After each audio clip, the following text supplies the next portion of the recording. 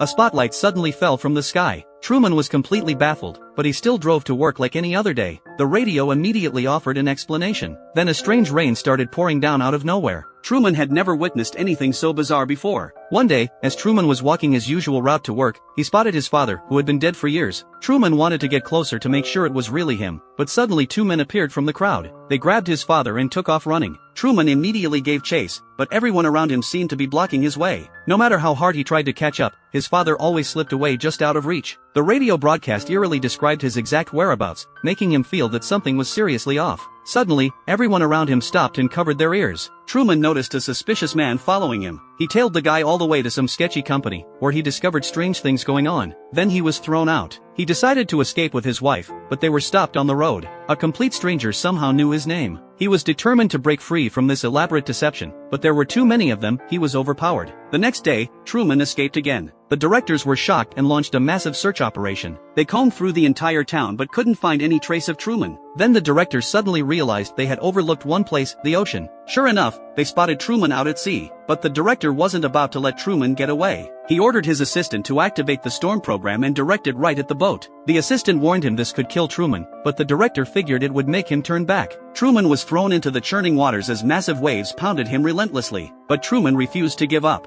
Even the director started having second thoughts and considered giving Truman his freedom. But something Truman said completely enraged the director, who cranked the wind speed to maximum. The hurricane-force winds whipped up a tsunami that slammed Truman back into the sea. In that moment, he looked so small and helpless. As the storm finally subsided, Truman's boat righted itself, but he was completely exhausted. Trembling, he managed to stand up and summoned every ounce of strength to raise the sail once more. It wasn't until the bow crashed into the sky that Truman finally understood the world he'd been living in was all fake. He followed the wall to a set of stairs leading up to a door. All he had to do was walk through it to claim his freedom. But the director suddenly called out to him and explained everything. Truman paused at the doorway while the director and billions of eyes around the world watched him nervously. Finally, Truman looked directly into the camera and slowly began to speak to everyone watching. With the most gentlemanly and graceful manners, Truman bid farewell to the world he had called home for 30 years.